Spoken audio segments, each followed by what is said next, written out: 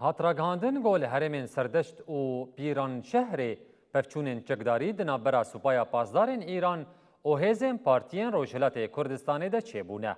ده انجام شر و پفچونان ده 11 پیشمرگین پارتیا دموکرات آ کردستان ایران پدکئی جیانا خوش دستان. هر وها دولتا ایران ایرو بدرون و موشکان ایریشی کامپین پارتین روشلات این لحولی ریکر.